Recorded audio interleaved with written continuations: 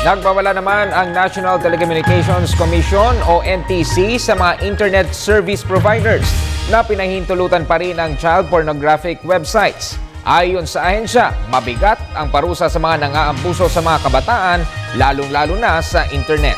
Nariting ulat ni Alvin Baltazar. Pagkatanggal sa lisensya ang parusang ipapataw ng National Telecommunications Commission o NTC sa sinumang internet service provider na hindi tutugon sa bagong memorandum circular na inilabas ng ahensya. Ito partikular ang otomatikong pagbablock sa mga child pornography sites sa gitna ng pinaiigting na kampanya ng gobyerno laban dito. Ayon kay NTC Commissioner Gamaliel Cordoba, mahigpit nilang ipatutupad ang batas. At ito ay ang revocation ng mga ISP sa pagkaroon ng value-added service. Saklawaan niya ito ng RA 9775 o ang Anti-Child Porno of 2009. Ang ISP po is a value-added service.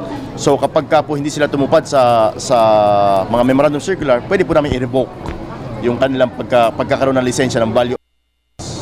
Nasa mga ISP na rin ang pagpili sa mga software na gagamitin sa pagbablock ng mga child porno sites at upang hindi magkaroon ng access ang sinumang internet user sa nasabing site. Obligado rin ayon kay Cordoba ang mga internet service providers na magsumite ng buwanang report na dito'y kanilang dedeterminahin ang mga listahan ng websites na dapat nilang ma-block. Sa kabilang banday, magbibigay din ng Interagency Council ng mga porno website sa ISP na siyang gagawa ng paraan para maharang ang accessibility nito at hindi makita sa internet. Actually, yung mga ISPs, they are familiar with that and sila ang pipili kung ano yung carrier grade. Ibig sabihin yung talagang pinakamatibay na magagamit nila against. Magkakaroon din po yung ating mga internet service providers ng reportorial requirements every month. Sasabihin po kung ano yung mga websites na yon and hindi naman pong list ng websites na nakukuha nila, na nakukuha ng council, yung pong Interagency Council ay ibibigay po natin dito sa mga ISPs or internet service providers na to at sila po ang magbablock nito. Aminado naman si PNP Anti-Cybercrime Group Director Senior Superintendent Gilbert Sosa na nilang magdoble kayod upang mapigilan ang nagpapatuloy na problema sa pornografiya.